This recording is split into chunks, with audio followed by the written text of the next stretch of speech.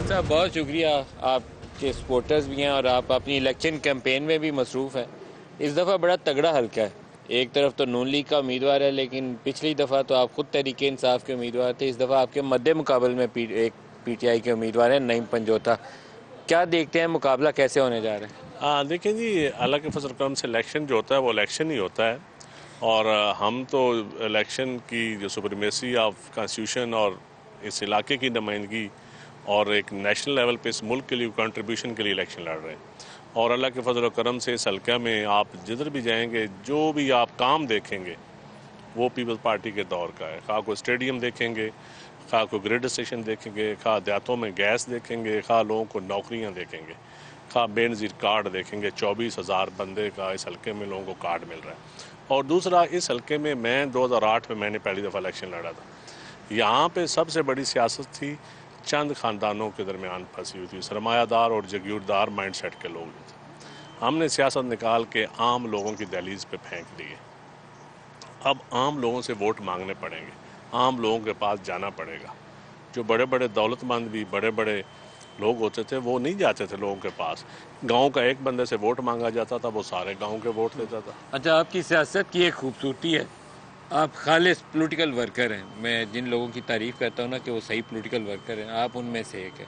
तो लोगों के साथ जफ्फी डाल के, चारपाई पे बैठ के, घरों में जाके, तो आप उस तरीके की सियासत करते हैं। तो तगड़ा कैंडिडेट आपके मुकाबले में कौन होगा, भरत या नईम पंजोता? नहीं, नून लीग के साथ मेरे ख्याल है हमारा मुकाबला भरत से मुकाबला है।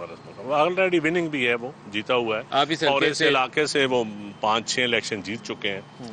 इस इलाके में नून लीग हमेशा जीती रही है। पीओ पार्टी ने उसको पहले रहा। पीर असनाद थे, फिर पीर असनाद भी थे, भरत साहब MP रहे हैं 2-3 दफ़ा। काफ लीग में थे पहले, फिर काफ से नून में आए, फिर तो तहसील नाज़िम। उनका एक अच्छा खासा असर है, लेकिन इस इलाके की बर्बादियों में भी उनका असर है। आप इस इलाके के अंदर नदीम अफजल चंद का अपना असर और सूख काफ़ी है पार्टी वोट से ज़्यादा। तो कौन सी चीज़ आपको हेल्प करेगी? नदीम अफजल चंद की अपना जो ज़ाती काविशें हैं वो मददगार होंगी, या पार्टी वोट भी है? नहीं, पार्टी वोट भी है जी, पार्टी वोट भी है यकीनन। मेरे ख़ानदान का वोट भी है, लोगों की दोस्तियां भी हैं हमारे साथ, हमारी बिरादरियों के वोट भी हैं। ज़मींदारा फैमिली का मैं अकेला कैंडिडेट हूँ और देहाती इलाका है, और आम आदमी का वोट है यहाँ अक्सरियत। नीचे अगर मरियम से मुकाबला हो गया चंद साहब, फिर क्या बनेगा? मेरी ख्वाहिश है कि PTI और पीपल्स पार्टी मिल के मरियम का मुकाबला करें और मरियम 40,000 वोट से हारेगी। 40,000 ये वोट से? मैं वो शाहपुर का इलाका है। और क्योंकि उन्होंने, मैं जो इफ्तिखार गोंदल था PTI का जो बंदा था, उसकी एक दिन पहले प्रेस कॉन्फ्रेंस आई, जो उसकी बाजू मरोड़ प्रेस कॉन्फ्रेंस थी। मैं उसी दिन दूसरे दिन मैंने एप्लीकेशन दे दी कि मुझे पता है कि मेरा हल्का वो जौहरियाँ थाना, उस मेरे अलावा कैंडिडेट जितने भी मजबूत कैंडिडेट थे सब ने बैठ जाना था। तो चंद बाब मुकाबला मरियम, क्या मज़ा होगा जी इलेक्शन का? इंशाअल्लाह ताला आप दुआ करें। मरियम जीतेगी या नदीम अफजल चंद? हक और सच जीतेगा। आपने इस इलाके में गलियां मोहल्लों में सारों में कैंपेन भी की है, काम भी किए हैं, फैमिलीज़ को आप जानते हैं, वो आपके ख़ानदान को जानते हैं। पिछले इंतखाबात में आपको कामयाबी नहीं मिल सकी, कहा जाता है कि इस्टेब्लिशमेंट की भी पसंद नापसंद का बड़ा दखल था। इस दफ़ा क्या होगा?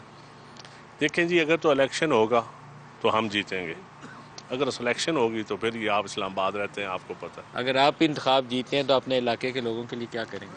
मैं सबसे पहले तो मैं समझता हूँ जी, मैं तो अदल की बुनियाद रखूँगा। मेरे इलाके में लोगों में थाने कचहरी में जुल्म बहुत होता है, ज़मीनों पे कब्जे होते हैं, चोरियाँ होती हैं, डकैतियाँ होती हैं, तकड़े लोगों को कोई पूछता नहीं है।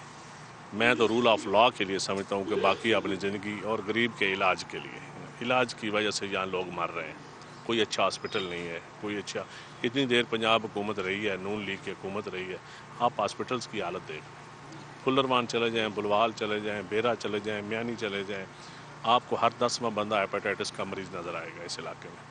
गंदा पानी पी रहे हैं लोग। ये मार रोड या वो इलाका नहीं है पोश एरिया वाला। आप किसी गांव का पानी पी के दिखाएं, यहाँ आप पानी नहीं पी सकते। आप यहाँ की छोटे छोटे ज़मींदार हैं, 5 एकड़ 10 एकड़ वाला, आज वो अपनी ज़मीनें बेच के अपने बच्चों की शादियाँ कर रहे हैं, अपने बच्चों की फ़ीसें दे रहे हैं। और ये हालत है इस इलाके। हल्के मोटरवे गुजरती है, 2 इंटरचेंज है, क्योंकि इंडस्ट्री नहीं है यहाँ पे कोई ऐसी स्पेशल वो सियालकोट की तरह या बड़े शहरों की तरह। ये ज़मींदारों का बेसिकली काश्तकारी भी यहाँ मियाँ साहबान की शाहपुर शुगर मिल लगी हुई है।